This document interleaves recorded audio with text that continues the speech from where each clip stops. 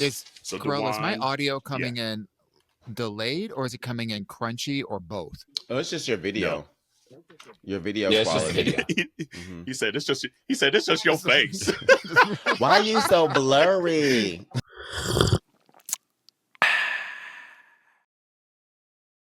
Hey, community, it's Kalen Allen. What's brewing today, baby? The Kalen Allen. Damn it, Janet. And meet me next Christmas on Netflix. So get your cups ready for Minority Report.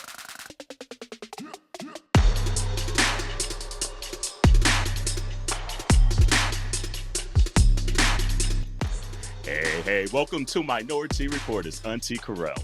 It's Auntie Dewan. And it's Auntie Jarrell. What it do, everybody? We're recording on a hump day, too, so I was kind of feeling myself all day today. So, this like, might be a little bit literally or less... figuratively? Yes. Oh, it's too soon in the episode for that, my bad. I'm just saying yes. I don't know however you want to put it. I'm just saying yes. You said I looked over to the left. I know that's right. Community. Ooh.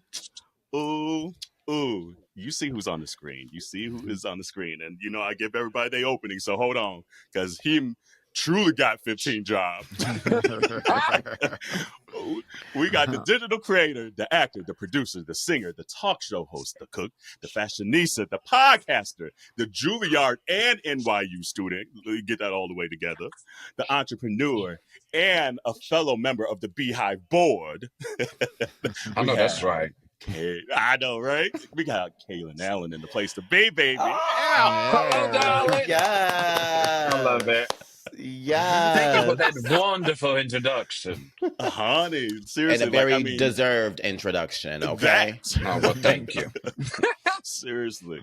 And even before we get into it, to give you your flowers, because the community always hears us, the reason why we started this podcast was to show the spectrum of being Black, brown, and queer.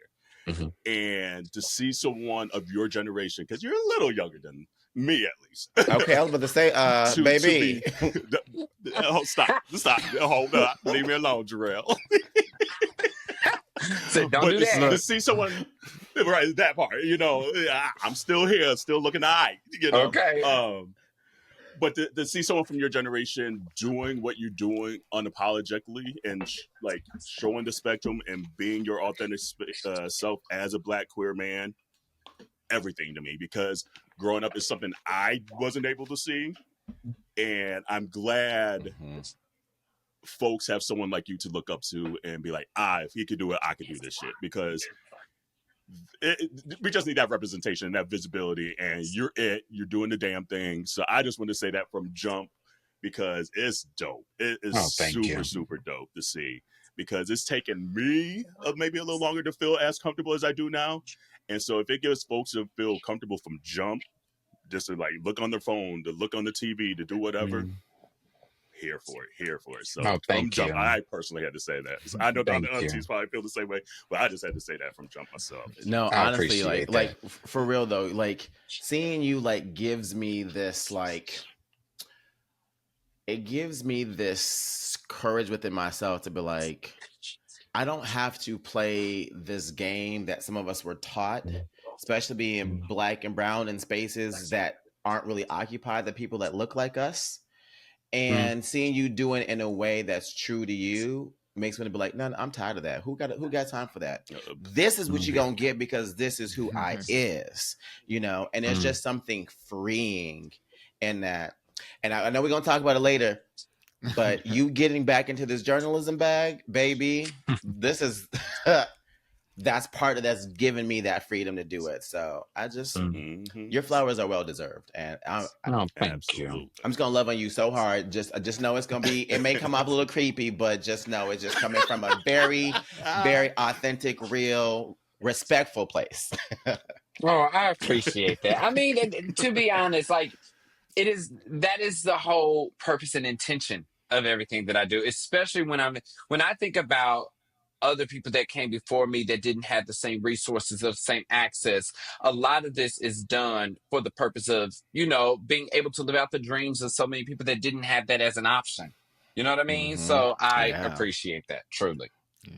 Absolutely. We really out here living like our ancestors' wildest dreams. Baby. Like we really out here doing Period. it. Oh, absolutely. Absolutely. It's so true. It is so Absolutely. true. But we know you down in Kansas City right now. That's Yes. your hometown. We see them Honey Nut Cheerios in the background, so you at home. I know. It was crazy. I don't even eat Honey Nut Cheerios. My mama got them. Okay. They're like, and she said it's my house, so okay. It is what it is. Indeed. And that is just fine. That is just fine. That part. I'm curious, how does Kansas City or being like raised there kind of come to play now in your just like the entertainment space? Like, how does that? Is it your perspective? Is it your aesthetic? Is it none of it? You're like, no, I had to get away from it. I honestly think if we go back to a little bit what Jarrell was talking about, I think for me, growing up in Kansas, I always stood out. I was always the one that was different.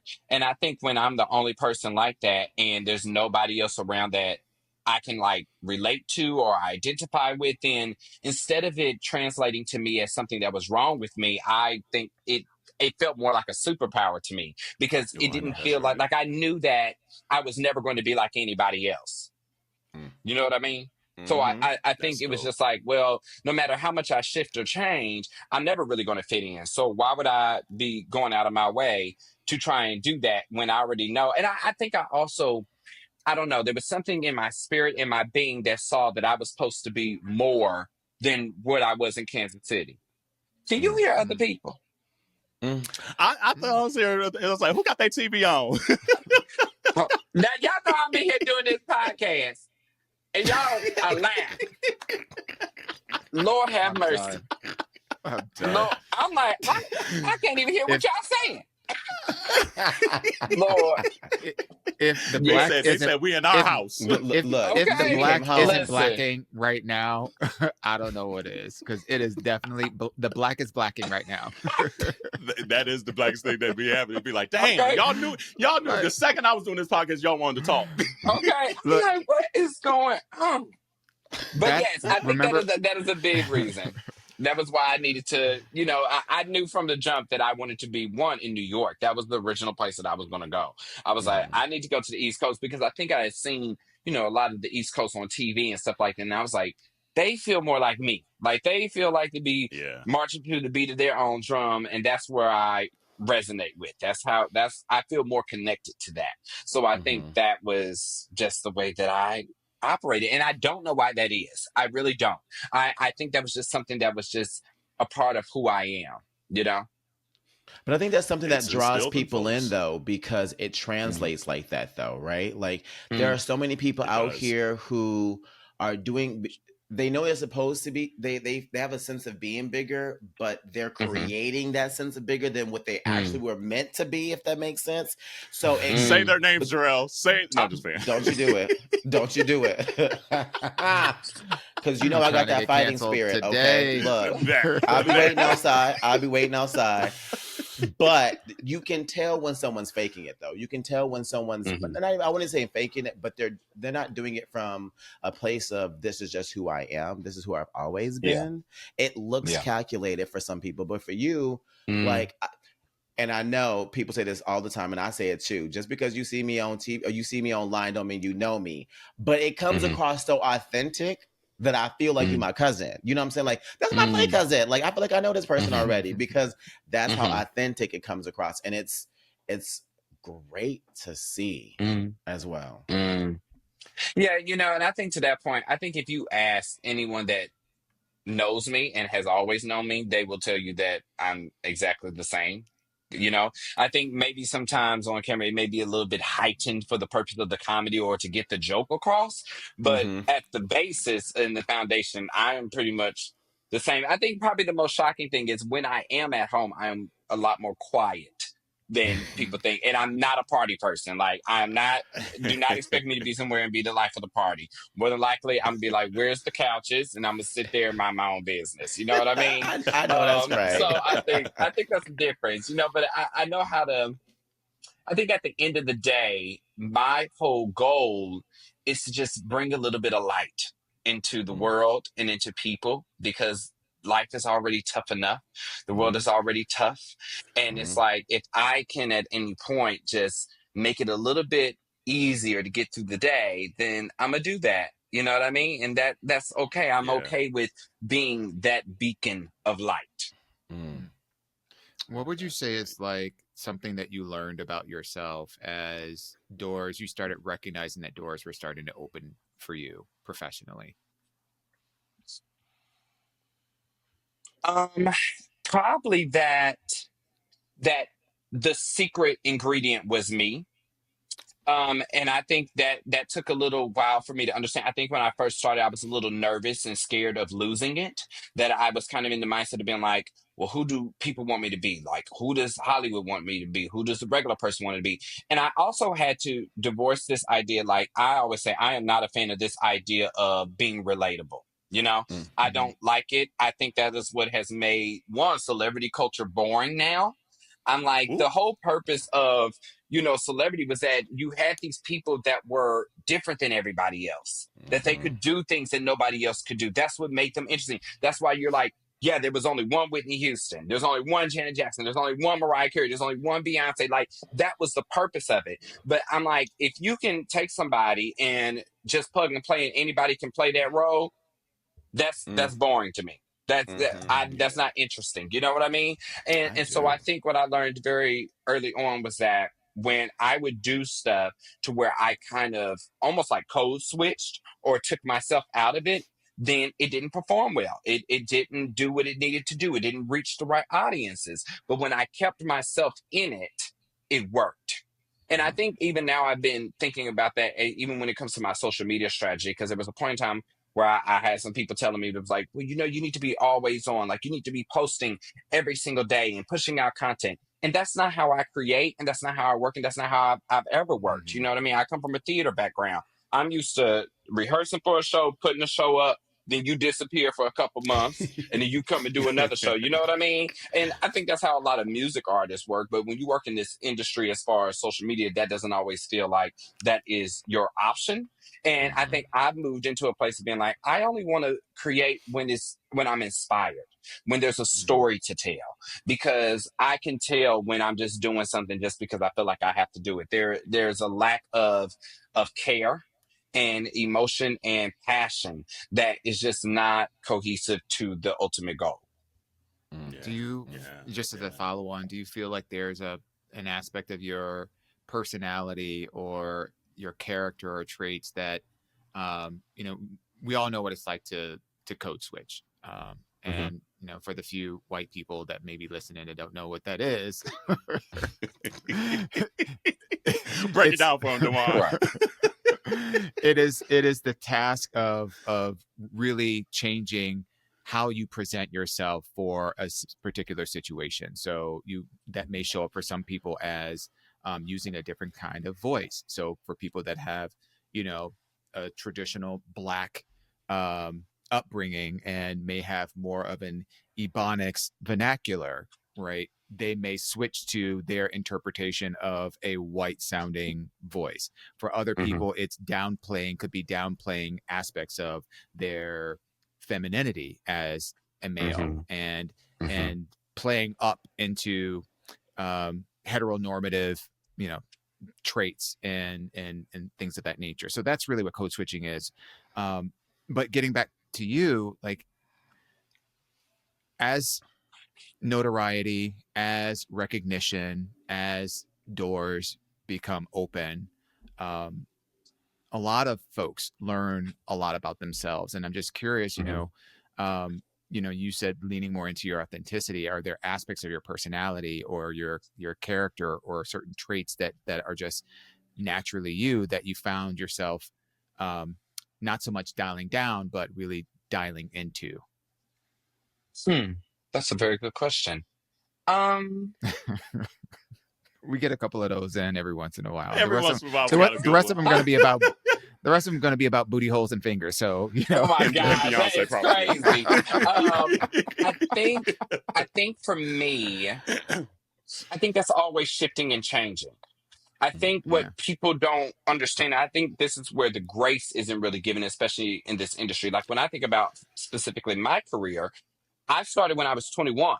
I was a college student. You know what I mean? Like, and even to this day, like that's a very different person than who I am today. And I think because me as a being has shifted and molded so much, I don't even think that that's necessarily because of assimilation or code switching. I think that just has to do with maturity and growth. You know what I mean? Like I Yeah. started 21, now I'm 28, I'll be 29 in a couple months. And it's like, yeah, I am going to change. I'm going to shift. The way that I approach things is going to be different, but that just is all a part of just my natural growth. So I don't even think that it's necessarily something that I have leaned more into or gotten a grasp of just because of my place in the industry or what I've done. I think one thing about me is there is a very clear separation for me. When I think about social media and I think about me on TV, that is strictly work. That is my career. And there is that, and then there is my personal life. You know, those are two different places. And I think I very much, I think, got that from Beyonce. I think when I was growing Hey. up, I watched a lot of the tours and watched the behind the scenes, and I watched how there was a separation. And I knew that for my own life, I wanted there to be a separation. I meet a lot of people who are very the same all around. You know what I mean? But I know for myself, I needed that separation in order to maintain my stability and my mental capacity with working in this industry, because yes, it is grueling, it is tough, and it is hard navigating. And I actually think, even to go back to that original question, I think the fact that I don't assimilate and the fact that I am not easy to mend and bend has gotten me in more trouble in this industry than it has probably aided me. You know what I mean? Because Yeah. I think I've never been willing to sacrifice my voice and who I am for the sake of somebody else to just like me. Instead, Right. I've been like, well, I'll just find where I do fit in instead of trying to make myself fit into a place that I don't. I think of it like a puzzle. You know, sometimes you putting together a puzzle and you get a piece and you want that piece to fit so bad and you twist and turn it and try and make it fit, but it doesn't. But that does not mean that that piece won't fit later on in the journey. It just is not fitting right now because you are not where Come you on, are where my supposed to be tambourine yet. at? You know? I do now if I didn't before then because that message was saved, okay? Where I my said, tambourine? Yes. Okay. you right. Deacon Kalen, okay. Look, Uh-huh. I just so appreciate that sentiment, because I think that there are a lot of young listeners to our podcast that um, really latch on to a lot of the feedback that we get from not only us as aunties and more, you know, mature individuals. And yeah, I will include Jarrell in that statement. just because I got a mustache. Okay. Now that she's across the 30-year threshold, Uh-huh. she's part of the crew. Yeah. But I think it's so important for people to hear that you know, life is about a journey. Because it's so easy for folks to think, oh, I just want to make some content so I can go viral, and like my whole world is going to change. And, you know, there's some truth to that. If it happens, there's some access things that changes, some lifestyle things that changes, but like the core of who you are as a person. I just love what you said about, you know, just growing as an individual and leaning more into, you know, this level of maturity that you have now at this stage in your life. And that's a journey. It's going to keep evolving. It might not always be conscious decisions around how one shows up, but it is a journey and you can't force it. You just have to like be a part of it and be aware that you're part of your own journey. So I just love sentiments like that because it helps to level set with people that are maybe a little delusional about like what it takes to get from where they are today and where they want to be. Yeah. I think you also have to be open to that. You know, you have to be open and fully willing, and you really have to let go of who you were in order to become who you're meant to be. And I think a lot of people lack that. I think a lot of people they become afraid of change. They are afraid of the discomfort. And I have always, since a child, always leaned into the discomfort because that's where I have found my emancipation. You know what I mean? That is where I have found my freedom. It's being able to allow myself, even when listen, I am the king of when people have served their purpose in my life, they can go. Like, I'm not sticking, like, goodbye. You're not sticking around. You know what I mean? He said, where my pocketbook at? You know, everybody can't go with you. You know what I mean? And that is, and sometimes even when it comes to family and more, even going back to that puzzle piece, just because you cut this person off today because they're not serving your greater journey, that does not mean that they won't come back later on, because maybe they need some growth, and maybe that cutoff is the growth that they needed in order to become who they're supposed to be. You know what I mean? And so I am always willing and open and available for that change and for that growth, because I know at the end of the day, it's going to make me the person that I'm supposed to be. And sometimes people won't understand that. And you can't live your life trying to make sure that people understand you, because at the end of the day, when you leave this world, the only person you have to be satisfied with is yourself. Absolutely. And I love that too, because speaking so of many satisfaction, I'm just playing. I'm not going to go there. Go ahead, baby. No, I was going to say, I love hearing that, because so many people think that they are at their final form. So I'm like, bitch, you in your 20s and your 30s, like, you still got life to live. How you know everything right now? Like, baby, you they still don't understand. They don't you can understand. barely Google every day.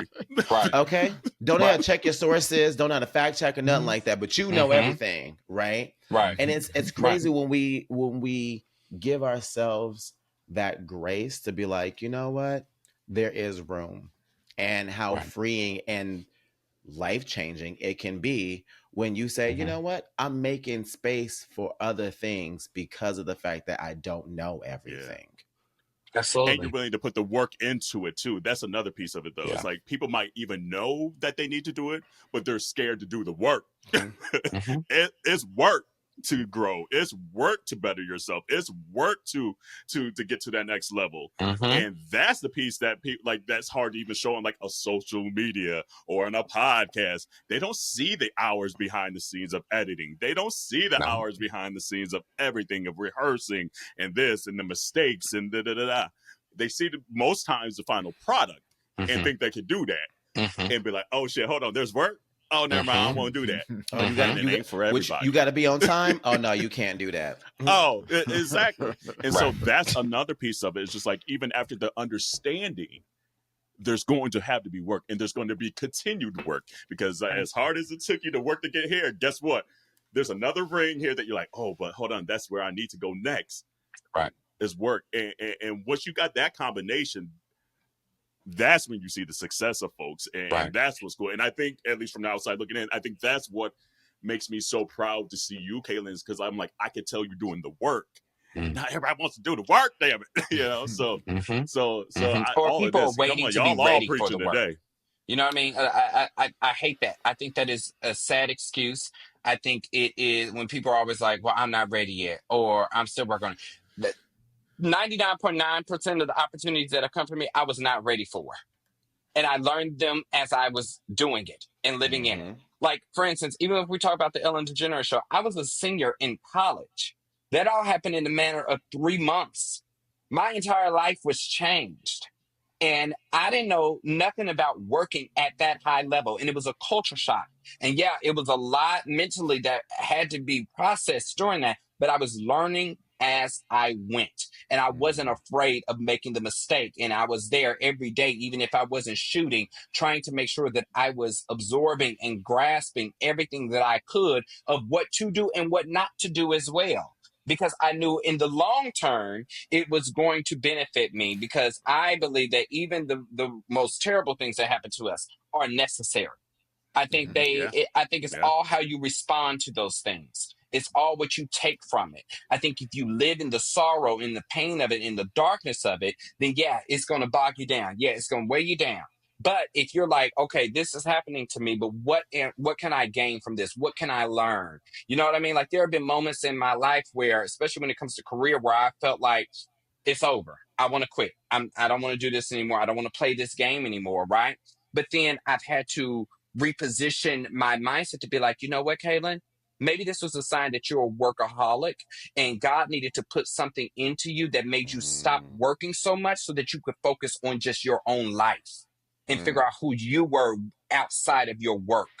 And I said, and then once I was able to see that, and then be able to form my own just foundation of a personal life, then I was able to come back to the work with more purpose and intention and with a different point of view that wouldn't have happened if I wouldn't have experienced whatever happened before.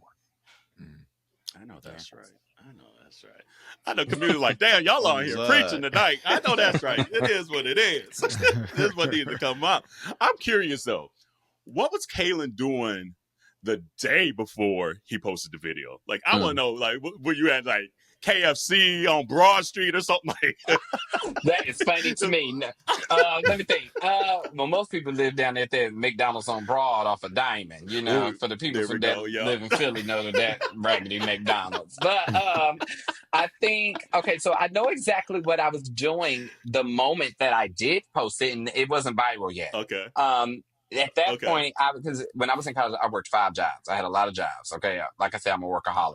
And I was actually on my way. There's a residence dining hall on Temple's campus called Johnson and Harwick Dining Hall. And I was actually on my way there because at the time I was an Amazon Student Prime Ambassador. So I was going to work a table to get people to sign up for Amazon Prime. And I remember being in my dorm. I was staying at Morgan Hall at the time. And I came across a sponsored video on Facebook of cornbread. And to be honest, and I still say this to this day, and I think this is where a lot of the trust comes from myself, is I do believe that I am divinely guided. I believe that there has always been something to carry me and to tell me and to teach me. And I had this feeling of recording a video of me reacting to this cornbread video. And I said, okay, for some reason, I've never had done it before. Press record. And then I was like, oh, let me do this as a side-by-side. Uploaded it to, I think like that time, Twitter and Instagram. And then I went to work. And then normal day, went to sleep, woke up the next day, and I couldn't open any of my apps. And I couldn't understand. I was like, what's wrong with my phone? What's going on? And I found out the reason why I couldn't open the apps is because the video had gone viral and my phone wasn't used to that much traffic at one time. Yeah. So that's why. So the apps were crashing. So he said, I don't like people playing on my phone. Right. So then I think I went to work. The other job was working the front desk at one of the residence halls. And I sat down, I got on my computer, and I went to Twitter. And then I just saw all these tweets. I think I saw like Chrissy Teigen and Seth Rogen and all these people responding. I was like, what's going on here? And that was the beginning of it. That's wild. How did, or I guess a couple questions off of that. Did you always follow food videos, or did it just have to be like, damn, something just popped up today and I was like, okay, let me respond to this damn cornbread? It just happened to come up. It just happened to be what it was. I had no intentions. How did Ellen get in contact? Like, I guess, how did you, out of all those DMs that come flooding in, did you literally go through each one and you're like, oh shit, hold on, the Ellen show? Or you just happened to be like, hold on, that one looks interesting, let me click on that. Okay, so this is where the strategy comes in. This is where the business mindset comes in. Let's After break it the down. first video went viral, I said, oh, well, I guess I should make some more of these, right? I was like, oh, there's some attention here. There's something buzzing here. So I made 4 consecutive ones that I released in the span of that week. Then I immediately, after the first one, went on to I don't think Canva existed. So maybe Canva did exist. I don't know where I made the logo. But I created the brand Kalen Reacts. And I knew, because if I did that, and still to this day, people come up to me and they'll say things to me like, I followed you before Ellen. And I'd be like, well, that not really isn't true. You know what I mean? Like, there wasn't much time before that. But I created the brand because I knew that if it looked branded, people would trust it. And they would think that it was something that had existed for a while. So that's how the Kalen Reacts brand. So then all the videos had like the Kalen Reacts printed on it. And then I created the YouTube channel because I needed a place for it all to host. And then I knew that I wanted to monetize on all these different pages. So then I created the Facebook Kalen Allen page. And I also hired, well, not really hired because I had no money, but I had one of my friends operate for that time being almost like as an assistant. So I created another email address to where all these inquiries could come to one inbox so that I wouldn't lose anything and nothing would get lost. And so then I also would then, so like we would I would go to class all day, and then at night, it'd be me and my friends sitting down going through the emails. And at that time, we were getting like freelance producers. There were some networks reaching out, and the Ellen actually came through a Twitter DM. And I remember being in class. I was sitting in class, and all of a sudden, because I kept my phone on me, usually I wasn't always on my phone, but I was on my phone at this time because I knew all this stuff was coming in. And all I saw was a DM, and it said, at ellenshowtv.com. And I was just like, hold on, stop the press. And I remember I got up, I left class, immediately responded and called. And then they were like, can we set up a Skype tonight? I said, absolutely. Did the Skype that night. And then that's the Skype days. We remember them Skype there was days. no Zoom. First of all, Zoom came out of nowhere during the pandemic. I don't know where they came from. Okay, yeah. So then I left out of the classroom and I called and they were like, can we Skype? I said, absolutely. Did the Skype. They said, can you send in some videos, thinking it was like an audition, right? So I sent in a couple of videos. At this point, I'm not sure what's happening. And maybe the next week, then they were like, watch the show today. And they would upload all the clips onto YouTube the morning of before the show even aired. So I immediately got a Google alert because I had Google alerts on at that time because of all the news that was happening and all the interviews. Yeah. So then I went and it was Ellen talking about one of the videos I had sent in and inviting me to the show. Now, then I remember, so the first video was made in November. And I filmed my first episode of Ellen December 13th, 2017. And I thought I was just going to go to LA, you know, like sit on the couch, get a cute little Shutterfly check and go about my business.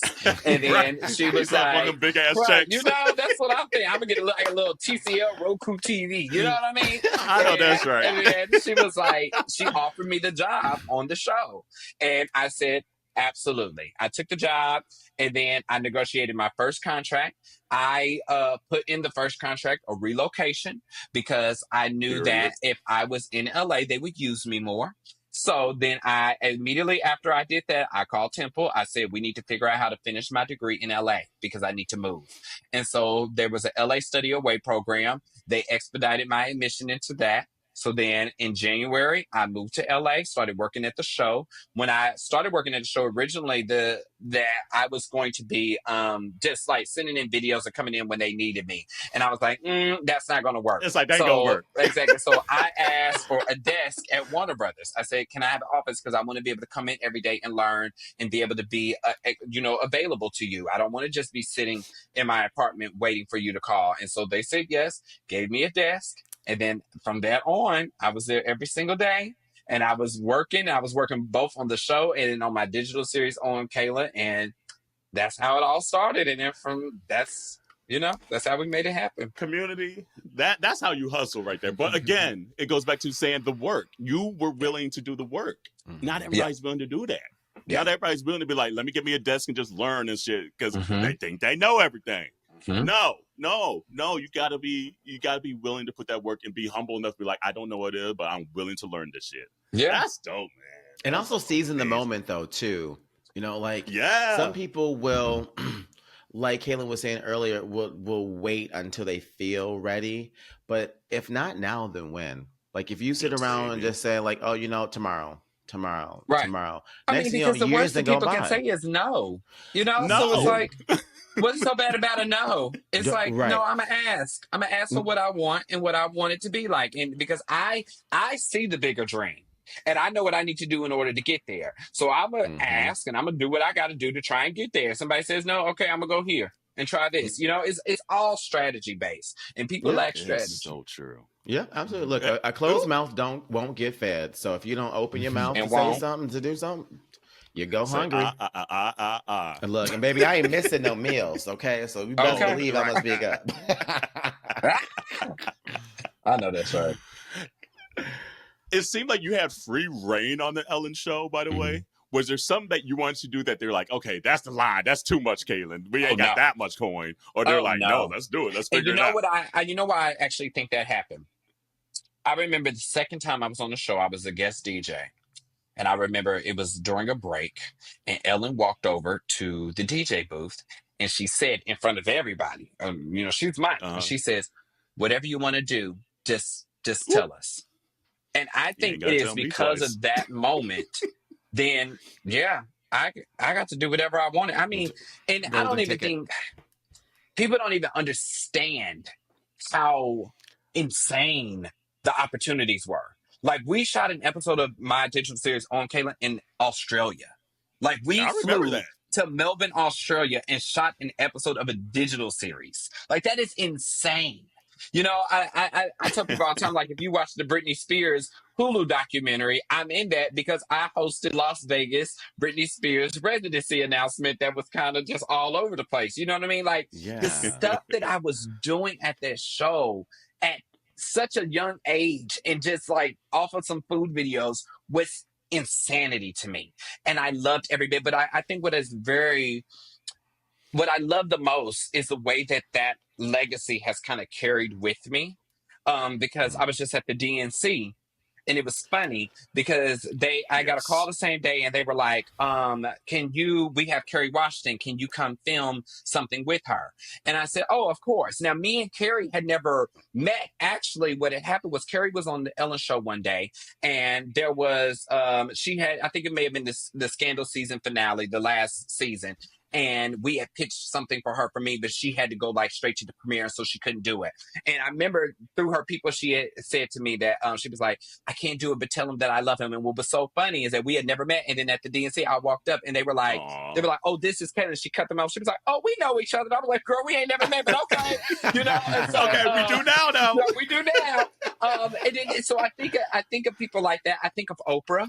You know, me and Oprah were able to form a relationship because of my time at the Ellen DeGeneres show, and the fact that I've been able to form these relationships with these moguls and these icons and these legends. You know, I think about Michelle Williams. Like, I remember me, Michelle, and everybody was at the hey, Michelle. Yeah, we were at the premiere for Kelly's Tyler Perry movie, Mia Culpa. And, you know, and I'm sitting in the audience, 2 rows up from me is Beyonce, Michelle, Tina, Blue Ivy, Jay-Z. In the second row, here's Mariah Carey. And then the next day, I text Michelle, and she like, oh, I ain't got no ride to the airport. So I drove her to the airport. You know what I mean? So, like, the fact that sounds like a very Michelle moment. Yes, right. That sounds like a very Michelle moment. To the airport. What you mean? Right. You ain't got no Uber? You know, so and so I'm very blessed, and I'm very honored that I have been able to form these relationships and to live this just incredible life, but also with being able to have this extreme life, but then to come back to a place like Kansas and still feel normal. And I think that is a lot because I have separated the business from the personal, you know? Yeah. Yeah. Well, we weren't going to talk about. Oh, go ahead. We weren't going to talk about booties and fingers, but you brought it up. So, talking about let's dig into that personal life. How's the personal life shaking out for you? Ooh. It's. I think it was the tone. Hold on. It was the register. It was the. I think it has its challenges.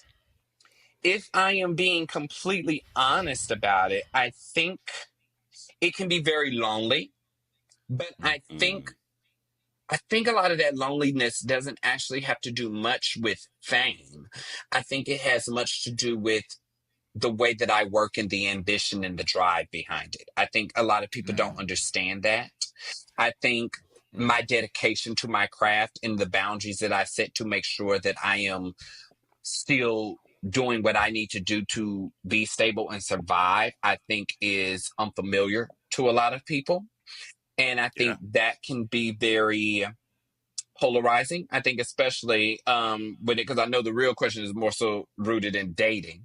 I think that can it can be challenging. I think it can be intimidating. I think a lot of times, at least in my experience, I think a lot of people look at my life and they're able to see, you know, the life that I'm able to provide for myself. You know, you can Google a net worth. You can see I live in a big old penthouse with a terrace, and you see that, and they assume that that's what they have to provide to me, that's what they have to give me. And I understand that because there are a lot of people that do live in that upper echelon, that live like that want to be in the glitz and glam. But like, you know, I'm from Kansas. So even though I am able to provide that kind of life for myself, I am still a very simple person. There are certain things that, yes, I do have a certain standard, but I don't think that standard is directly connected to who I am or what I do, but more so the fact that I've been bougie my entire life. You know what I mean? And so I He always said, I have came out the this. womb like Oh, this. exactly. I always have this critique of, I do feel like a lot of people only want to give me what is convenient for them instead of asking me what I need and what I desire. Because what I always tell people is like, when I do all this amazing stuff, more than likely, when I'm walking off that stage or I'm saying cut and I'm going home to myself. And when there is no celebration there, or there is no person there with flowers, or nobody there to say you did a good job, some of the accomplishments start to just feel very routine. They start to feel just like the excellence is kind of natural. It's like, oh, like there's so many things that I may do that I can be like, oh yeah, like a couple weeks ago I was at the White House, and I remember I was like, oh yeah, I gotta go to the White That House, and somebody outfit, was by the like, way, baby, oh, you well, a thank you, the because the waist Pick was it up. snatched. smash, baby. I know that's Okay. Yes. But yes, there are so many things that I'll be like, oh yeah, I gotta go do this because it's so normal for me now. And sometimes I do wish that there was a little bit more pomp and circumstance, and I was talking to somebody the other day. I said, you know what? In my ideal partnership is like, I want to be somebody's biggest fan. I want them to be my biggest fan at all times. And I know when to be able, and I'm able to sit in the back, because at the end of the day, I'm always be me. So somebody else's light and success is never going to dim mine. You know what I mean? Say that again. And so I think Say sometimes that people don't again. understand that as well, and I think that's where the intimidation could come in, you know what I mean? And I even watch the way people walk with me. I walk fast, right? And I watch if people walk behind me, and I'm not slowing down. So you either gonna catch up, or you gonna walk beside me, or I'm gonna leave you.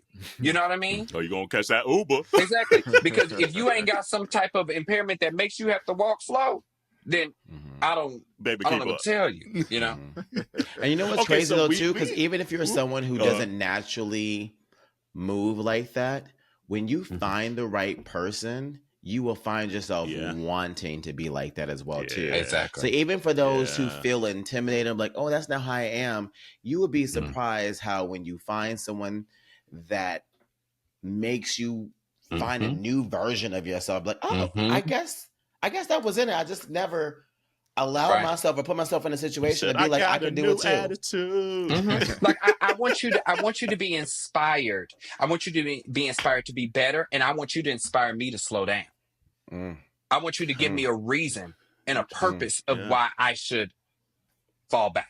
Come home and eat that Because cornbread. exactly, because it's like, even if you feel like you live in my shadow, you need to know that when I step up into the light, I'm gonna always come back to the shadow with you at some point. Yeah. So I mean, we got a whole community that be listening and be watching. So I mean, what's your type? Like, is there a type, or you're just like what I described is paramount, and then whatever the physical being will work with that.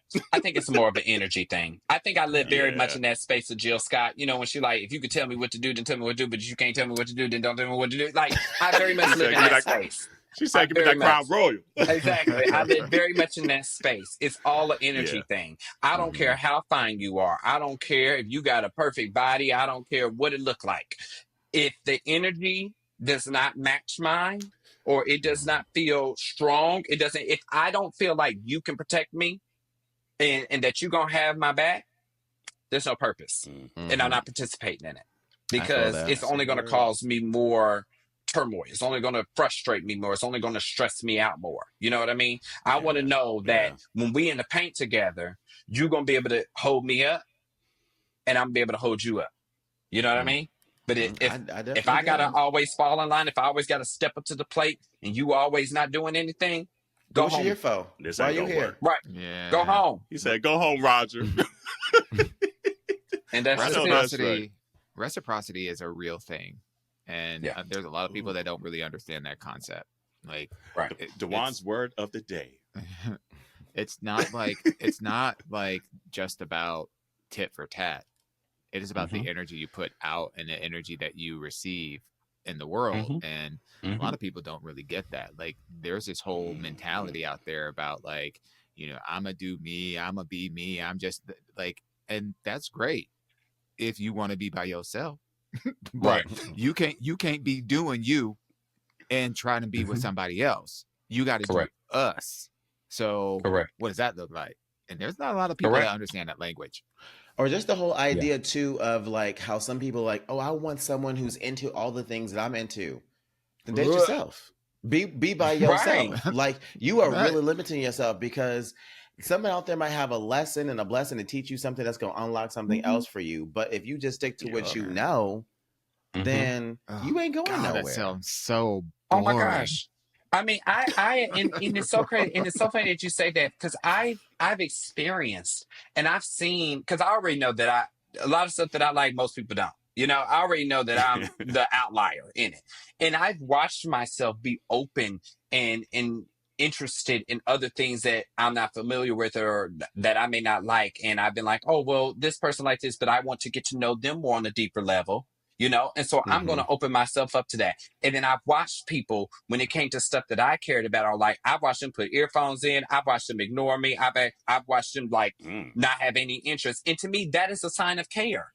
That is a sign of how much you care about me and how much you care about learning about who I am, that you have no interest in my world, but you want me to be involved in every aspect of yours. Look, you know what? Look, my husband is an architect and he loves some buildings. I don't give a damn about no buildings, but here I am 8 years later, and I make sure that we put buildings on every travel place that we go to. We gonna look at some I buildings. know that's right. I don't even care about the buildings, and but I that's know the this is the building he care. gonna want to see. Yeah. Right. Yeah. And that's the care because you aren't losing anything in that. It is a shared experience. If anything, I'm gaining more time with him. See? Thank and you. you randomly learn some shit out the blue. You're like, oh damn, I didn't even know I wanted to care about that, but I guess I kind of care about that. Right. Then next thing you know, you're talking about, you're like, oh yeah, that's a 90-degree angle. Right. Okay?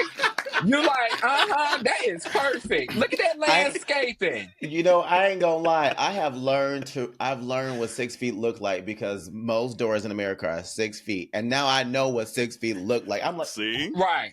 Height, because I know what a door is supposed to be look like. Right. Because that's me and Corey in these damn antique shops. If I don't want to go to no other antique shop, but he gets so much joy out that shit. So I'll be in that stank ass building with him. I love that. I love stuff like that. Like, baby, yeah. I'm like, they thought this was junk 100 years ago, and now we thinking it's all this cool shit. No, they just had shit in their house then too, like we do today. Listen. But anyway, I digress. But Kalen, you have a new movie coming out, by the way. Dude. You know, we in here like preaching, but you got a movie coming up She here. got things and it's a Christmas movie at that. It is. You know what's so funny and I can't is that believe it's that season already. I know, right? Okay, yeah. So there is a Christmas movie. We shot it last year. It's called Mimi Next Christmas. It's for Netflix. I shot it with DeVal Ellis and Christina Milian. We shot it in Toronto, Canada. So I'm very excited about that. I played the character Jordy, and I actually played the cousin to DeVal's character Teddy. And basically, the whole premise of the show is that Christina Milian's character is trying to get tickets to a Pentatonix concert. Pentatonix is also in this movie, and I don't know why people are not talking about it. Like, I don't know why they are left out of all the press about it. Like, I'm like, that's a big draw. And actually, I've already seen the movie. I of course, was given a pre-cut. So I'm very excited because it is very entertaining and very funny, especially me, not to toot my own horn. But anyway, but I'm very excited because I love Christmas. It is my favorite holiday.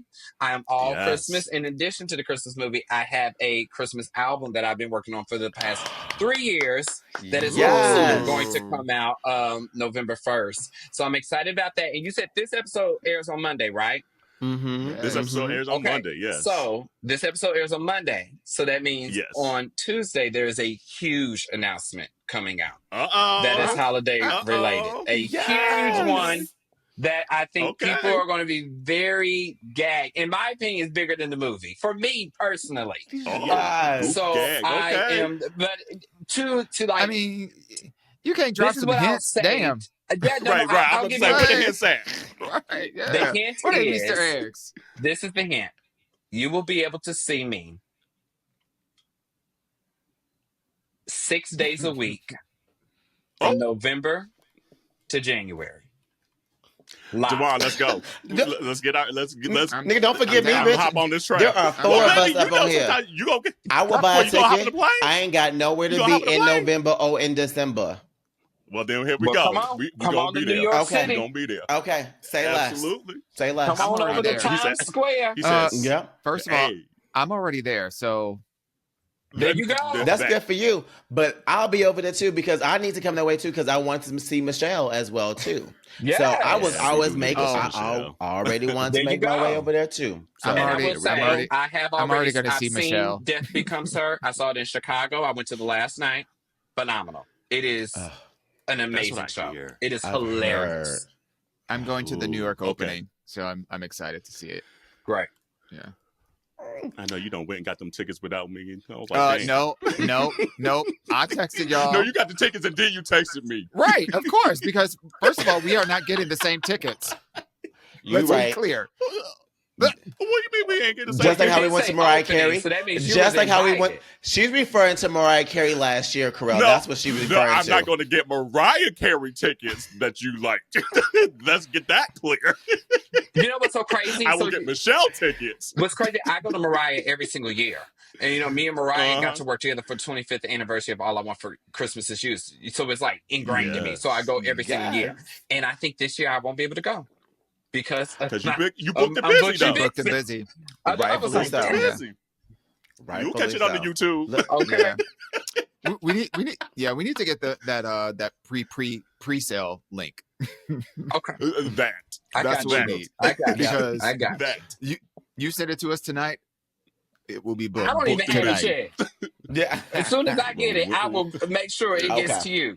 That. Okay. Because we will be All right. up in there. We'll take it. Up We'll in take there. it. Real support. Hop on the highway and be up there in 2 hours. Come on. But, Come on. but for your holiday movie, I'm actually really excited. I'm not the biggest Christmas person, and only because kind of a Scrooge. Yes, I'm a bit of a Scrooge. But let me tell you, I have a reason. My birthday is 8 days after Christmas, so growing What's up your birthday? January 2nd. Mine's January 4th.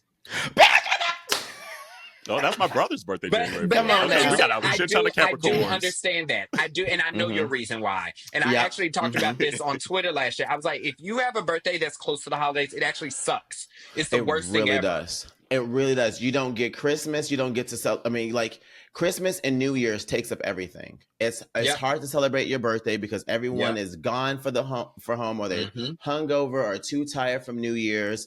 So when you were like, bro. So like when you were saying like, oh, I'd be at home by myself, I'd be at the couch. I was like, I wanted to ask you what your sign is because I was like, that's me too, bitch. Like, damn, like that's exactly where I am. But I still appreciate the spirit of Christmas, if that makes sense. So my guilty pleasure. That's what it is for me too. Yeah, my guilty pleasure. I watch all of the Christmas movies that come out, like especially on Netflix. I watch everything. I don't care if it's trending or not. I'm like, this new. Same. They ain't got snow in Australia, but click, I'm watching it.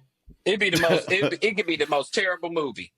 Listen, And I will and be even on. in my mama's house, the channel during Christmas time, the channel don't leave Hallmark or Lifetime. Baby, Okay, baby. It's Okay. like if That's it ain't one of them Corey two, be watching all of them. I'd be like, you done watched this movie already, haven't you? She don't care. She don't care. She watching. Like, no, that's every just single one of Candace. That's just Candace and then another one. them. Okay, listen.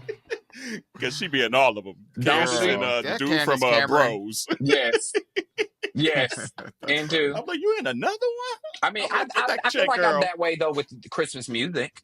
Like I listen to the same Christmas albums every single year. Same. Like if it's not As like you should. Mariah Carey is my number one, then I'm gonna go listen to Hold on, Celine's. we're gonna get to that. We're gonna get to that curiosity. Hold on. Yeah. Hold on. Okay. We're gonna say that. We're gonna say that. We're gonna say that one.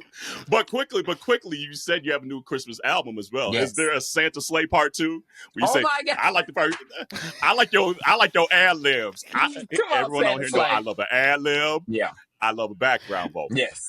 And when you say dim the lights, baby, I'm like, you better dim them fucking lights. Every time I hear that, I'm like, you better sing that, Kalen. Oh my God. Okay. So the name of the album is called Christmas Memories. And basically, there's 12 tracks. And the whole purpose of the album was I wanted to create new Christmas memories because I got tired of listening to the same songs over and over again. So it's actually a journey through my life through Christmas. It starts at adult, Kalen, and goes all the way to child. And it's a mix of genre. It starts with funk, then we go to R&B, then we go to pop, and then we end with gospel. And I wrote all the songs. They're all originals. There's only one cover on the album. Okay. And it seamlessly transitions to one, so you can only listen to the album from front to back. That's the only way that it really makes sense. Can't shuffle it, Dewan. Oh, right, Dewan, you can't shuffle it. Because Dewan be listening to Beyonce Renaissance on shuffle, Really? and we get at him every damn time. No. Yeah, that would hurt my spirit. That would hurt my spirit. Never that. But yeah, and so I'm really excited. Shoshana Bean is on the album. So I'm excited for that. I was just down that rabbit hole today. Shoshana Bean is on the album. She's the only feature on the album. She's on a song called Yes, Mary Knew, which basically is a response to the song Mary Did You Know? And so I wrote that song with my friend Brandon Michael Nace, who is also one of the co-producers on the album with me. But we worked on it for 3 years. So I'm very excited for people to finally hear it. And yeah, so this comes out Monday. When's the listener party? When's the listener party? You know what's so funny? So I just got my schedule for my other job today. So I'm actually working on figuring out when that listening party is so that I can make sure that, people get to hear it in a more intimate setting. So yes, I'm very, very excited for that. Love it. I'm so excited. Well, community, he got 15 jobs, so you better keep up. Better keep up. Let's take a quick little tea break, and we'll be right back with some curiosity. Hey, community. A lot of you have asked how you can support Minority Report outside of the sharing and downloading and subscribing and leaving reviews. But you can also buy merch. Come on, baby. I know that's right. And we have a whole lot of options, from clothing to pillows to tumblers and bags. And we continue to update all of our stuff with new styles, new colors, and new products. Jarrell, where can they get all that stuff at? Well, they can get all that and then some at MinorityReport.com. They can find all the goodies, find out additional information about your aunties. And we also want to make sure that you share and tag us when you do buy merch, all right? So let us know if it's a hoodie, it's a tee, a long shirt, a towel, because we know you need those. But let us know. Absolutely. And remember to wash your hands, your legs, and your ass. All righty, ladies. Well, Kalen, we have a little game here that we love to play, and it's a curiosity, and it's just kind of this or that, your favorite, whatever it may be, whatever comes to mind first. All right. Let's see here. Coming to the stage is Kalen Allen. What song is playing? Oh, Crazy in Love. Anything Beyonce, really. Beyonce, I know that's right. Actually, Bobby, now, I would probably request Yaya before I would Crazy in Love. Oh, okay. Okay. So something with that energy, though. I can literally see you doing the beginning of Crazy in Love, going right down into the crouch and everything. I can literally just envision you seeing you doing it, hitting every minute, hitting everyone. I know every single dance move. I know all the choreo. Look, that. Okay. He said red shoes and all. Okay. I know that's right. And she looks so. I mean, she looks damn good every fucking where. Never mind what I'm talking about. But you look back and she still looks the same, but she just looks so pretty, so fucking pretty. A goddess. Okay. Mind your business, but do that. Okay. Who was your queer crush growing up? Or your first just gay awakening where you're like, ooh, okay, I like that boy, whether it's a celebrity or someone in your classroom. Let me think. People ask me this all the time and I never have an answer. Okay. I would actually probably say Usher. And the reason why I say that is because that was technically one of the first concerts I ever went to was the Confessions tour. And I was great first, one of the first. I know, what's so crazy? What's crazy? So the movie, Maybe Next Christmas that I did with Christina Milian, she was the opening act for that show, for that concert. Really? Yep. It was crazy. It was her and Kanye West were the opening acts. Wow. Yep. Wow. Such a good ass concert. Talk about life coming full circle. I missed that tour. Well, yeah, right. Full circle. That was a good moment. Christina Milan. She's gorgeous too. Oh, Dear God. oh, she's so sweet. I love her. An outfit that you look back and say, I absolutely ate that. Oh, 8? Okay, great. I was about to say, Yeah. I looked at something and been like, oh, no. 8, probably more recent, was the White House outfit. Baby, when I tell Yeah, that you, was good. I went to a wedding last weekend and wore all white just because of your damn outfit. I Listen. literally went to a wedding and wore all white inspired because of your goddamn outfit. You ate that shit down.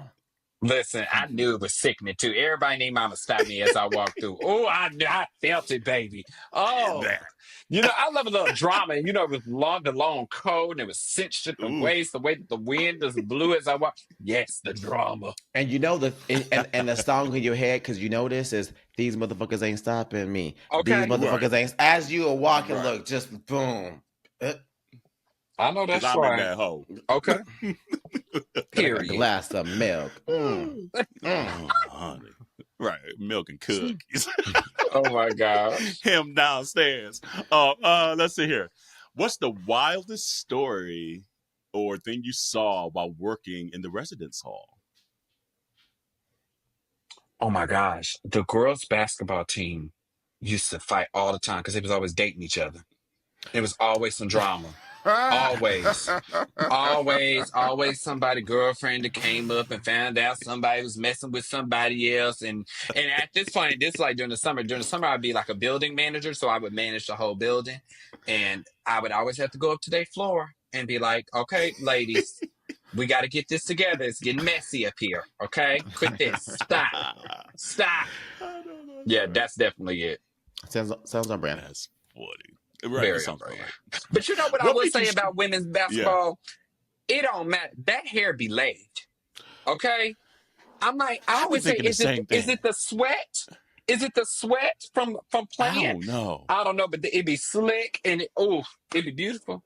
Look, they stay ready. Although it does remind me of that one video of when, I forget, it was a college basketball. I forget what two teams were playing, but the one player wig came off and immediately both teams came right around her, was like, oh no, we gonna and got her back together. I said that sisterhood. Yep. Didn't matter who's playing. What we know, it's supposed to look laid and stay laid. It ain't right now. So and she ain't gonna be looking crazy. And it's looking laid on the floor right now. So let's get it together. Right. It was. Okay. I know that's right. The Wiz or Dreamgirls? Dreamgirls. I know that's right. Ooh. Absolutely. Okay, because were you really living if you weren't giving a standing ovation to Jennifer Hudson in the theater where she could not see you? Let me tell you. You're right. I still remember Dreamgirls Christmas weekend opening because that's the one time I thought my grandmother was going to fight somebody. And she is saved and sanctified, okay? When I tell you, y'all forever fight. Good Lord, and we was up there with the Temple Girls, and we in a black movie fighting. theater outside of Gary, Indiana. Okay, Christmas weekend. Gary, Indiana. You know there ain't nothing but black folks in this movie theater, and they were talking, and Grandma said, "Little girl, don't make me come back there and two rows back." Right. I said, I know that's right. Oh, I know that's right. And the church voice. So right. You know it was very still saved, but yeah, we ain't in church. That was also a very unique era of movie theater going, because that was also the era of like Tyler Perry theater releases, to where a Tyler Perry movie came out, everybody named Mama was there. Dreamgirls, everybody named Mama was there. Like that was a nice time to be alive. Low key, Jarrell, that was almost me last night at the Jasmine Sullivan Maxwell concert. I was like, if y'all hoes don't shut up and let me listen to Jasmine, like y'all about to get on my, and you know it takes a lot for me to get going. This girl had this bright ass light sitting there singing all the songs into her camera. I'm like, ho, Jasmine is right there. Like, what are you doing? Right. That was me at a Mariah Carey concert when I was in college, and I got them tickets on Groupon. And I was standing up, and it was when Mariah was on tour with Lionel Richie, It was them two on tour, and I was in Philly at the Wells Fargo. So I got the tickets off of Groupon, and I'm standing up living my best life in the stands, and everybody else wanted to sit down and was mad at me for standing and started cussing me out. And I'm the wrong one. Listen, I'm gonna meet your energy, okay? And I turned around and I just started cussing him out. And then the security came down and was like, he can stand up. I said, exactly. And as soon as Mariah was done, I left. Because that's who I came from. But more so because they had pissed me off. Because my mood was now bad. I said, you paid $12 for this ticket just like me. Shut up. That. It's like, I see that Groupon paper hanging out your back pocket. I understand, Carell. When Jasmine was doing her own solo tour in Seattle, we were the one that gave her COVID. That's why she ended up missing some few days after Seattle, because we sang I remember that. every single song to the point, girl, to the point where she was like, you got to turn it up, because we couldn't hear her. All you heard was the audience. Because people feel so passionate about Jasmine, and rightfully so. It's Jasmine motherfucking Sullivan, so don't get it twisted. But y'all asses can't sing like Jasmine. The world can't sing like Jasmine. So why y'all hoes trying to sing like Jasmine? Because you want to bust those windows out his car. That's why, Sit your ass down. And I don't care if I got 10 seconds. Look. Bust it when you go back outside. Bust them shits outside. Not here with me. I know that. Not here with me. You're busting my eardrums. That's what you're doing, bitch. I was so upset. But by the way, Maxwell is so damn fine. Maxwell sounds incredible still. Put on a show, but that motherfucker is fine as shit. He cut his hair now, right? His hair's cut, right? No, he got the braids back. He had the braids with the Serena Venus beads in it. I know that's right. Maxwell performed at I was hosting the red carpet for Tina Knowles at the Wearable Art Gala, and Maxwell performed at that. He's fine. He's fine. But he didn't sing Pretty Wings, and the whole crowd at the end were like, "Wait, you ain't gonna sing Pretty Wings?" Like everybody was standing there. Interesting. Maybe he couldn't hit the notes that night. Maybe the voice wasn't there. Yeah, because the voice might not be in there. I was like, but if he's singing this woman's work though, then he can sing Pretty Wings. He didn't do that one either. That's the two I wanted. So what song was he singing? That nothing else. No, Kalen, stop.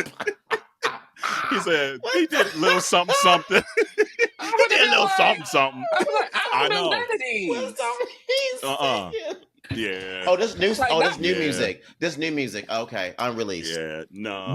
Even worse. I mean, he did. What's the Ascension? He did that. He did a little something. He did Fortunate. That was good. And This Lifetime. That was dope. But the whole time you wait for like Pretty Wings. You're like, hey, he said, y'all not getting that. He took a bow.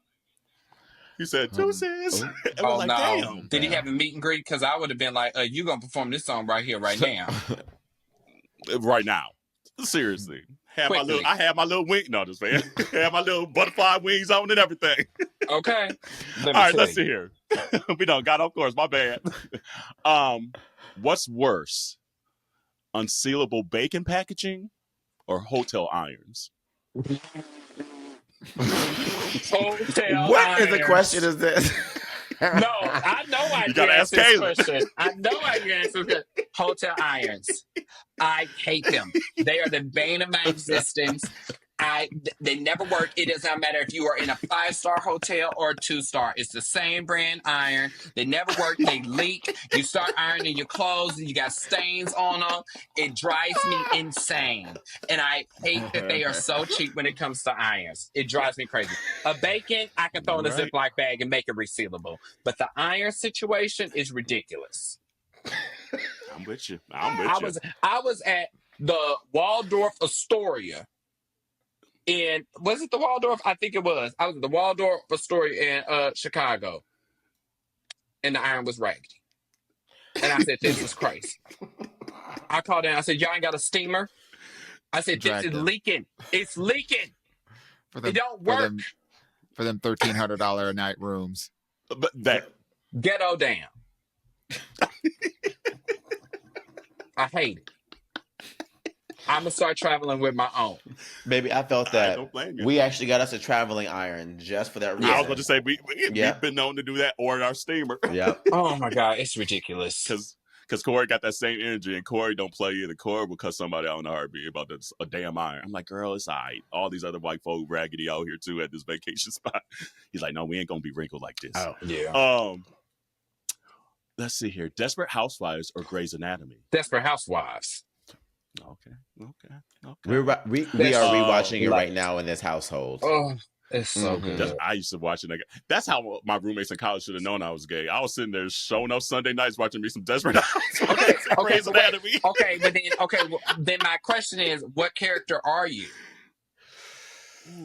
Because I know who I am. I feel like I'm probably more Terry Hatcher. I forget her Susan. name. I can say Susan. Yeah, Susan. Yep, that's who I relate with a little bit more as well too. Yeah. Okay. Okay. I'd like to think I was Eva Longoria, but I ain't got no yard boy outside. Or is it Gabby? Gabby? No. Yeah, Gabby. Yeah. And then I like that Vanessa Williams came in. Yeah. Vanessa Williams. Yeah, that's who. That's who the you late think? one. That's who I would think. Yeah. Really? Because there's Marsha. Because no, I know who I feel am. like It's not that. Who's the other Scotto? Lynette. Oh my God. Lynette. Oh, that's Lynette. No, you're not Lynette. You're not Lynette. Oh no, I'm not Lynette. I'm Brie Vanderkamp. Why was I literally thinking that y'all were talking about the housewives the whole time? And I'm like who are these names? Right. These people. I'm like, who are these people? Okay, what location is that? And you said Vanessa Williams, and I was just like, what? You said Housewives of Kansas City. But wait, a fun fact about that is Housewives actually happened because of Desperate Housewives. Because of that show. That was the inspiration. But no, I'm a Brie Vanderkamp. Absolutely. Okay. That's okay. hilarious. Okay. I'm very Brie Vanderkamp. Yeah. I need to watch that show because I never ended up watching the last season. Oh, really? So I honestly don't know how the show ended. So I almost need to go back and rewatch it. I actually think Mike died. That's a lot of episodes. For Mike one of died. They killed him. Yeah, that was sad. Right. But I will say this: a lot of shows don't end well. I feel like that last season actually wasn't that bad. Yeah, that's true. That's right. They could do a reboot of Desperate Housewives. I would watch that a lot. I would, but you know they didn't like Terry Hatcher. You know that, right? No. That was the drama. That's the tea. Yeah, that was the tea. They didn't like Terry Hatcher. They can recast her. They could, but I think it would be kind of awkward. Maybe they've healed in this time. Yeah. No, I think a reboot would be Sex cute. and the City came back. They could figure it out. Get that coin. I would definitely watch a reboot of Desperate Housewives. I would too, low key. And what's the guy who had the white guy with the bright blue like piercing eyes? That actor. I always thought he was cute. The one that was really like with the blonde hair.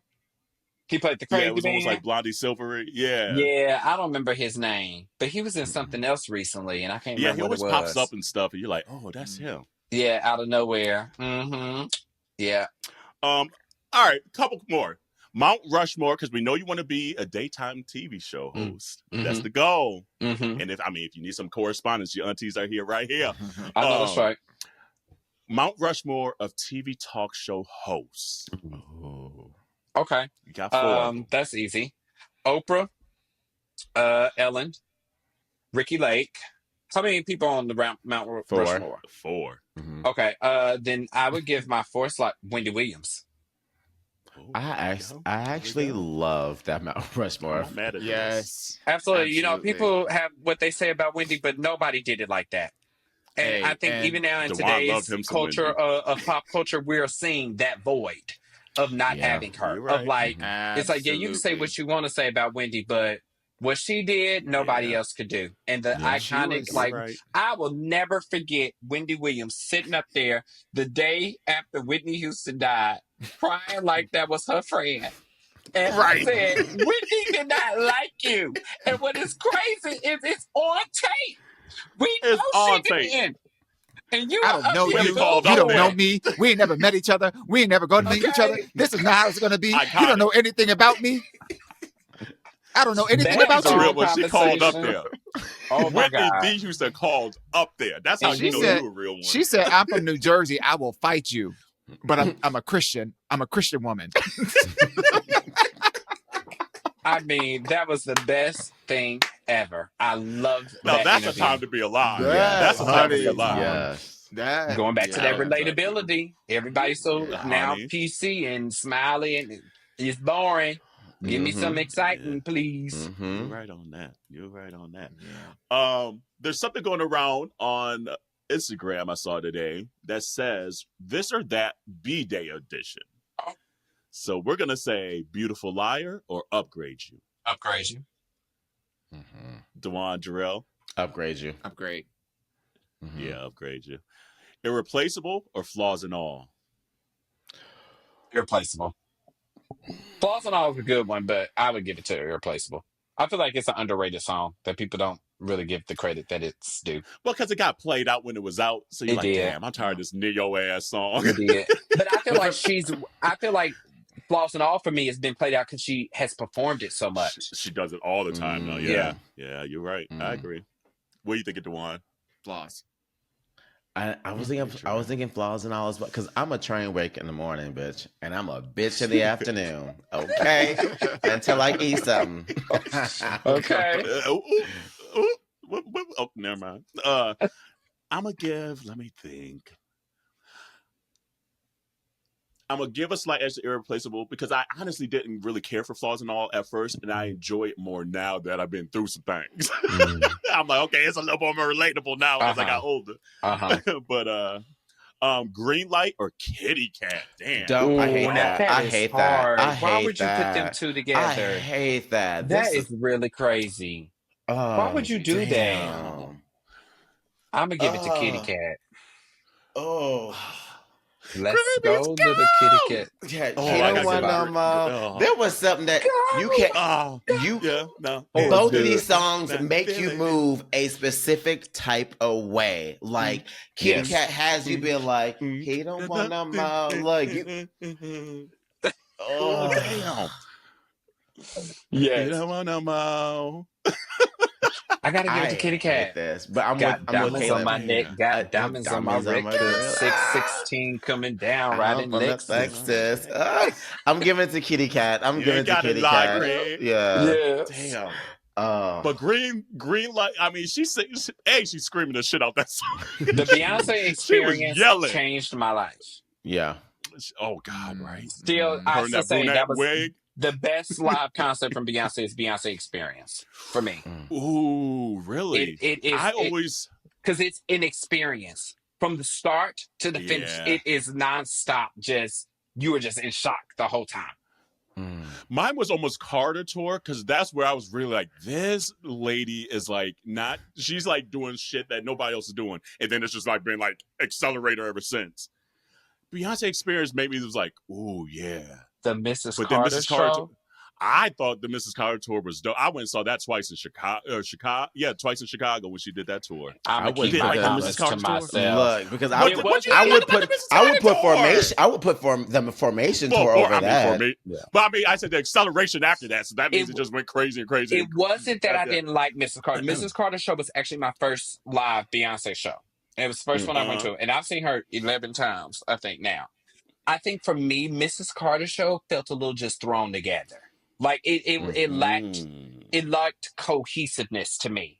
You know? Like I was like, okay, we got this like Queen kind of intro, but then that doesn't carry throughout the story of the show. You know, and that was the first time that we also had a tour without an album. Then the album came in like after 2 legs of the show, and now we got new songs in the show, but it still don't match the theme. And because I saw before the album dropped and I saw after the album dropped. Right. Yeah, and so it just felt a little disjointed for me. But that was mine where I was just like, okay, it's solidified in my head. I'm a Beyonce stan. Like I knew it even like Destiny's Children. No days. Now I will say, but it was the Mrs. Carter tour where I was like, ooh. Yes, the Why Don't You Love Me version of that happened in Mrs. Carter's show. Also, the 1+1 with the mix with Speechless. That. With the blue bodysuit. Yes. I want that blue. And the floating across the audience to the middle stage. Yes. Absolutely. Superb. Okay. Sorry, community. We just having the key of a time. It's Beyonce. We do. It's Beyonce. It's like, Yeah, y'all know what it there is was every always time. time. Period. Welcome to Hollywood. Oh, so this is the deluxe album. Welcome to Hollywood or Worldwide Woman. I'm a worldwide woman. I think Worldwide Woman is Worldwide better. Woman. Yes. And you're probably also, there's a song that used to be on the B-Day album that was taken off. That was replaced with If. So if you go on now to streaming, If is the song there. But in the original album release, it was a song called Still in Love with You. And it was like, my ex still in love with my ex. Love with you. Yeah. Oh, that's right. I guess I didn't realize they took that off. Yeah, because apparently they didn't have the rights to do it. Or the people that wrote because it was the cover. And it's actually in Fifth Element. That song is in Fifth Element. But I guess whoever owned the rights to it complained, so they took it off and replaced it with If. Oh, well. Well, damn. Mm-hmm. What you think of Dewan? Oh, I kind of agree with Kalen on this one. Yeah. Okay. Yeah. Those two songs aren't my favorite from that era. So it is what it is. If or Resentment. Resentment for me. And you know that's not her song, right? Please tell me you know that's not her song. Yeah. Because people think it's Beyonce's song. And it's Victoria Beckham's song. I'm gonna take it. Yeah. Exactly. It made her own. Yes. But Resentment is a vibe. Victoria Beckham ain't did nothing to it. I know. Especially the On the Run version, the live version. Yes. Oof. I agree. That's when she was going through some extra. Okay. That's and what she found out. Hey. Oof. She said we found she out. ain't There's even $1 billion half a million on the dollars. elevator. Okay. No, baby. She was going through it. Get Me Bodied or Check on It. Check on It. Check on It is a superb song. It is a stellar pop song. And I'm gonna have to co-sign the fuck out of that. Okay? And I have to. Because and it's that one part where she walks like this. Yes. Right. Look, we all look. Yeah. Come on now. I might have to do Get Me Bodied. If you want it, well, you know you want it. Also, the video was playing. iconic. The Pink Panther of it all. With the braids, the cornrows. She Yeah. brought the cornrows back for Lemonade. She's like, I'm gonna reprise this right quick. Dewan, what you on, boo? Check on it. For sure. Okay. Yeah. Ring the Alarm or Freakum Dress. Freakum Dress. Period. Freakum Dress. Like that's like my probably favorite Beyonce song. I was so mad that Freakum Dress, that how the way she played Freakum Dress on the Renaissance tour. I know. That little, it made me my upset. God. Made me upset. Made me upset. Burnt. You gonna do that upset. and then go sing what's the name of that song? I don't even know. It ain't worth it because it wasn't Freakum Dress. The man that just It was, died, Frankie Beverly. Yeah. Yeah. I'm like, Before I what? let go. Before I let go. Yeah. Yes. Are you kidding me? Why would you do that? Freaking Dress. I love that the little routine that go with it too. Okay. Did you put them glasses on? Would you put it on? Come on now. Okay. I'm like, you better sing that shit, B. Take it to the ground. Oh, so good. So good. God, And then also, like, but on then the I here's Am World tour, how she was, like, doing the back bend while doing it when BB was playing the guitar. Stellar. Baby. Mm-hmm. Where is BB? Shout out to BB, by the way. Yeah, Where shout you out at, to boo? BB. Shout out to BB. And then the last one on here says Deja Vu or Sugar Mama. Deja Vu for me. Deja vu. Deja Vu. I remember it being always at goes back and forth Coachella. between Deja Vu and Freakum Dress. Yeah. Oh, I remember being at Coachella. As soon as we heard that Deja Vu start, But boom, boom, boom, boom, boom, boom, boom, boom, boom, boom. I just okay. So good.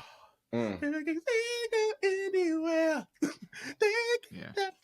Literally, I ain't there's never a wanted to certain play in moment- some sand in my life. That part. Look, you know what Okay. Yes. I never wanted to try to lean back as bad. Every time Wait. I can't lean that far, but that's okay. You know my favorite part? This part. Bitch, I ate this up. I was like, bitch.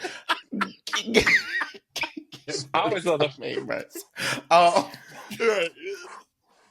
Shout out to you, Frank. What up, Frank? We haven't said What's up, what's Frank? Yeah, we Yes, haven't said Frank. hey to Frank in a minute. Yes, Frank.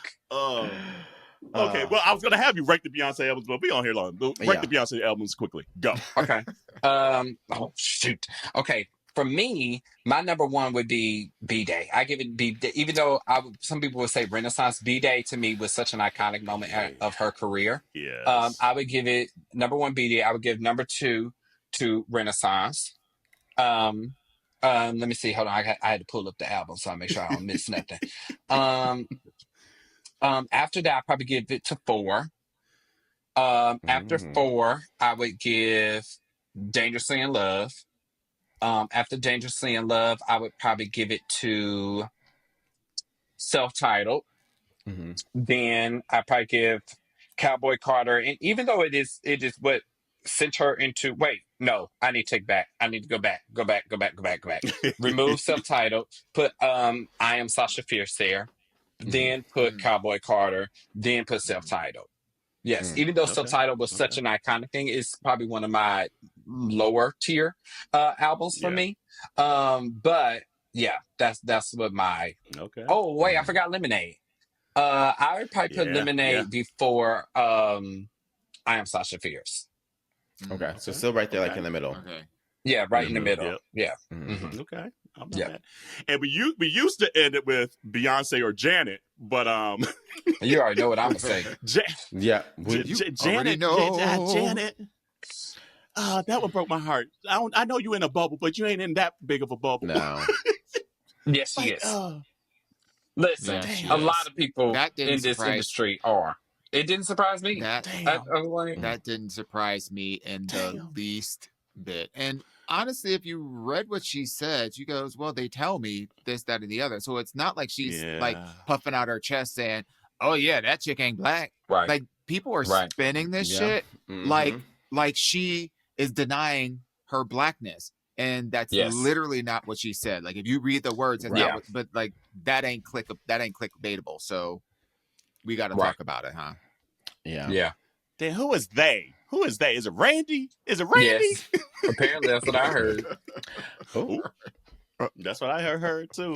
Because the shit he be posting on Instagram, I'm like, okay, Randy, okay. And low key, not gonna lie, I'm a little. Just last week, we just gave Janet all them damn flowers. No, but you know, Janet's an auntie at this point. She fine. Yeah, she fine. Yeah, like it's one of those things. I gotta take a couple back. It's just about like education and being able to like inform people. You know what I mean? But I do think that it is absolutely irresponsible to be doing an interview in a platform like that and to say something like that. I think at that point, when you are being asked a question that you don't have the range for, or that you don't have the information for, then at that point you just need to say, I don't know enough to talk about that. I ain't got and keep it pushing because it's especially when you have that type of influence. It is too detrimental. It is too dangerous to create that type of rhetoric because a lot of people that don't have their own sense to think will be like, well, Janet Jackson say it, then that's the truth. You know what I mean? And so you got to also be able to accept the responsibility of what you say in the way that you approach things, especially for something that is this important. I agree with you. Just another counterpoint though, and I don't know like exactly when the interview was conducted, but like, you know, losing a brother, and I don't know what the family was going through before, you know, before he passed. So like, you know, for me, I kind of like, I'm looking at the actual words that they are quoting, and that to me is a bunch of bullshit being thrown out of proportion, to be honest. It's like, well, you know, people say da da da da da da da. Okay, and that's the end quote.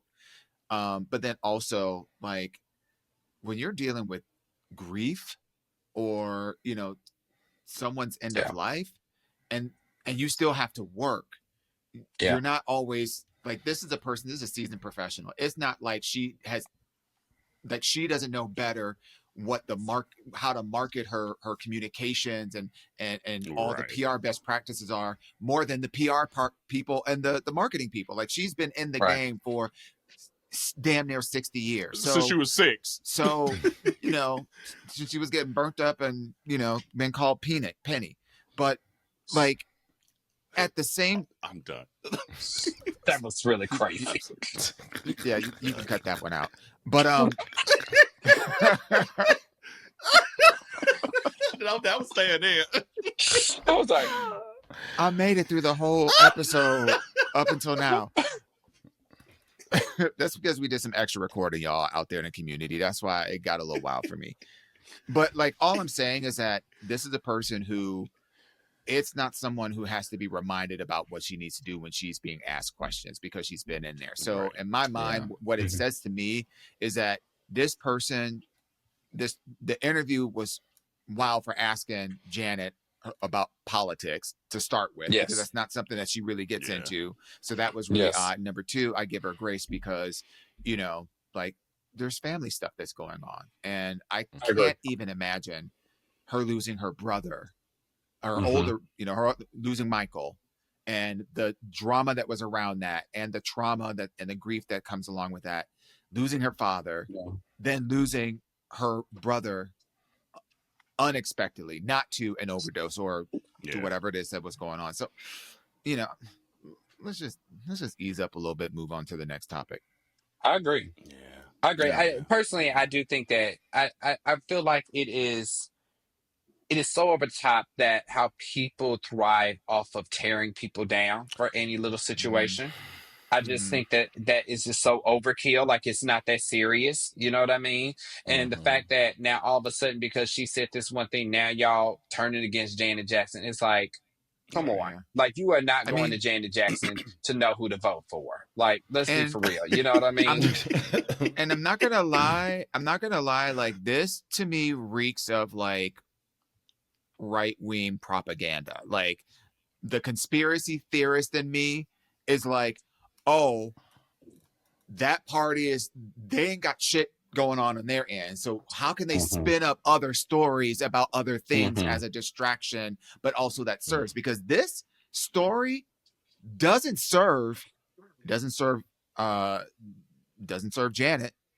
and it sure as hell doesn't serve Kamala.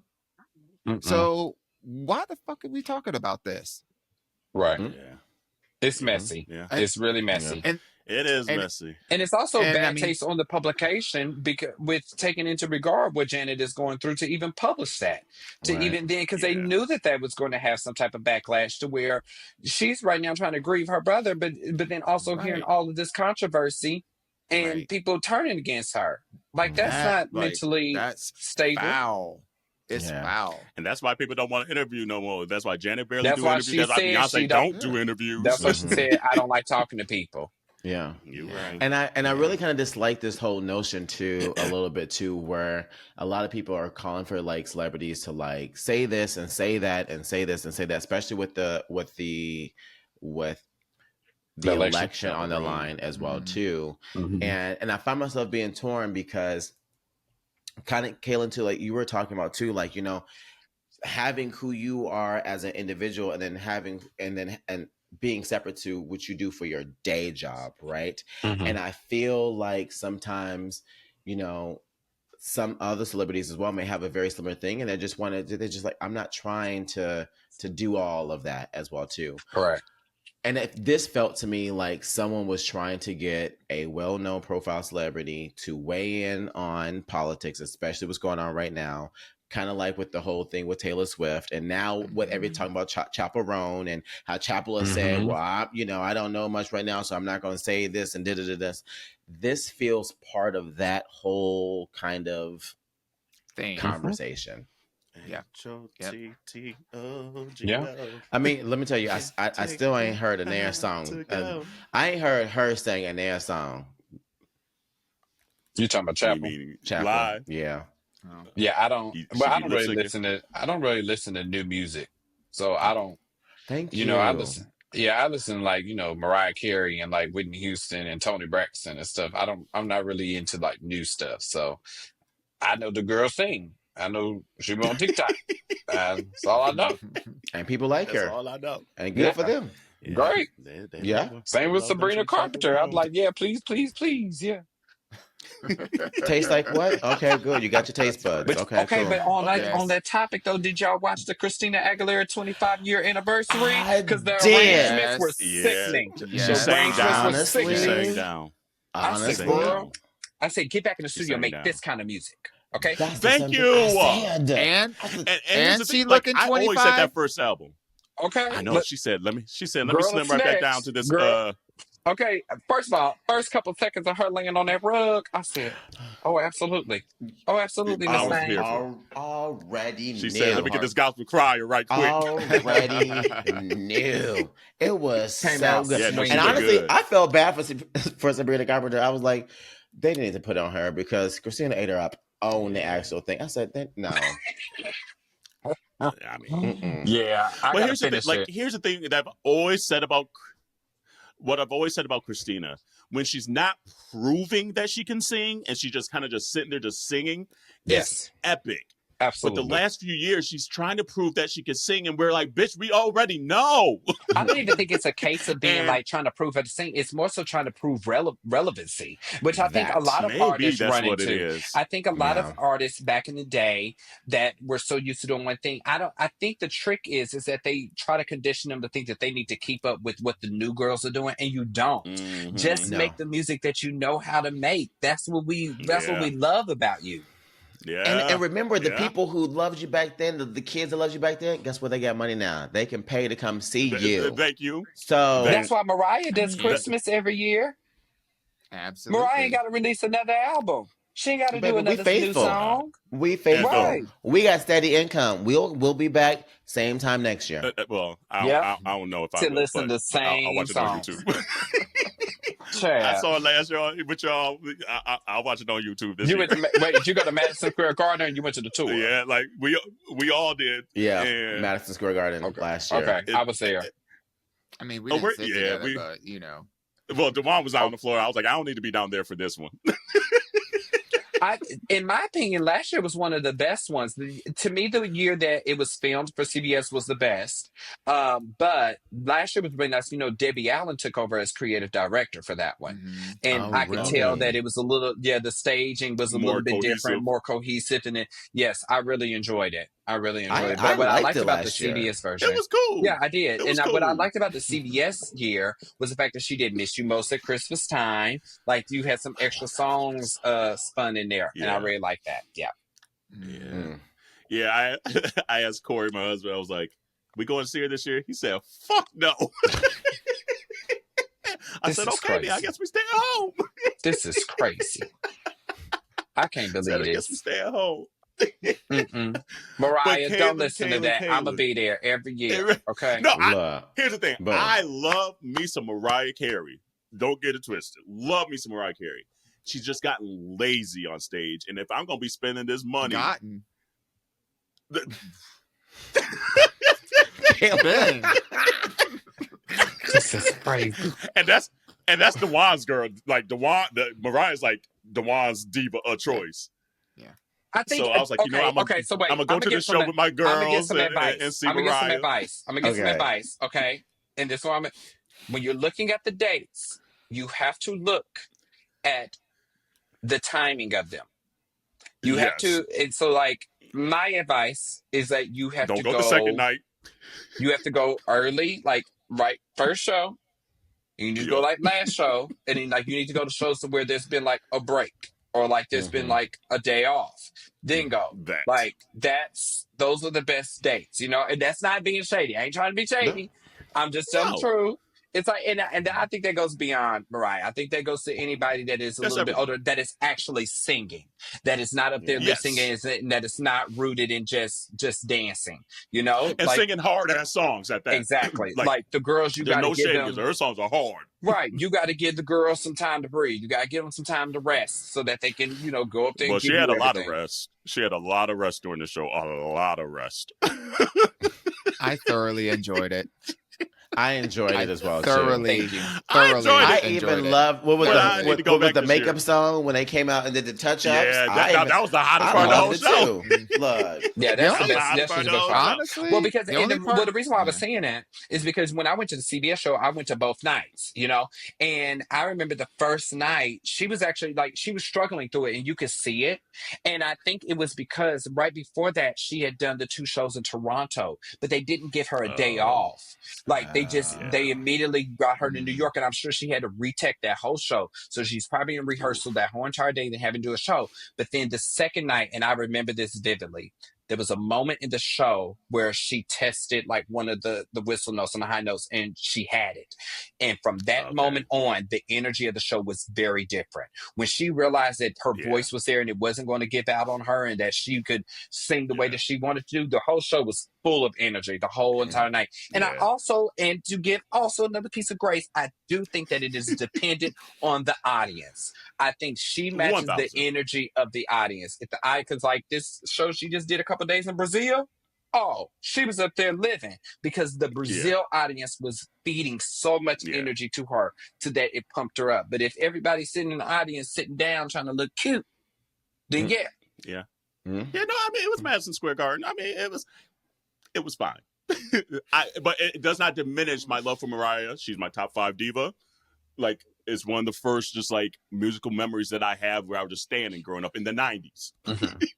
All the way through Memories of an Imperfect Angel. Yes, come on, Memoir. Like, don't do that. That's a great album. Because Chanteuse is a good album. It's all right. Caution's actually a better album than people think. But I went to the Caution listening party. That was the first time I met Mariah. I went to the Caution release party. Yeah. Ooh, I know we run along, but who? And I'm trying to think how to frame this. Out of everyone, and it doesn't mean others don't. Is there someone that you just like just walk by and they just smell rich? Like who just like you like? Ooh, you just smell good. Probably Beyonce. Beyonce smells great. Bet. Oh, yeah. But I mean, if there's anybody been there that I've been around, I've been like, yeah, you rich. There's this way that Oprah lives in her Oprah-ness. I don't know how to explain it. I bet. Like like she just lives in it, and it's just everywhere she goes, the way that she walks, even the way that she would like cut somebody off in the middle of an interview. Don't feel rude, but anybody else, you'd be like, damn, that was rude. But when Oprah does it, you like, that's funny, you know. Yeah, you'd be like, yeah, you should have cut me off. I was talking too much. You're right. Yeah, you was right. Like how she did the back here. Right. Like she did the Kamala the other night. She said, well, to answer the question, that means you're going to right. You better, Oprah, you better get her together. Right. She'd be like, all that talking, you're talking too much. She'd be like, okay, let's get to the nitty-gritty, please. Oh, Lord. Well, Kalen, you're welcome back anytime you need to. Anytime you just want to be like, I feel like talking, I need to promote something, whatever. You have a home here, and this is what this space is always for Black and brown queers to turn up, turn out, and be their authentic selves. Really. I love and it. So but thank y'all so this much. was a time. Oh, I had a good old Thank you time. for giving us so much time. Seriously. Oh, absolutely. I had a good old time. I looked at the clock. I said, damn, we've been on this for 2 hours. I know, right? I said, how we get here? I know, right? I know, right? A good old time. I know. Poor Dewan, he been inching closer to that bed. Closer and closer. Okay. Half sleep. But for those that don't know where to find you, where can they find you, boo? I make it easy. You can find me everywhere at the Kalen Allen. Boom. There we go. Boom, bam, diggity. Well, community is voting season, so if you're not registered, please register to vote. Yes. A lot of states now is starting to creep into like absentee ballots and everything right now. So time is now. Double check your registration. We say it every episode. We know Auntie Tequila. She double checked her registration, and they have purged her from the voting records. So do the due diligence. More states are making it increasingly. I just saw more states this week doing other foul ass shit. Atlanta hand counting votes in Georgia to Nebraska, saying that they might turn all one color or the other now instead of like the mix how they've been forever. So they're just doing a lot of foul shit.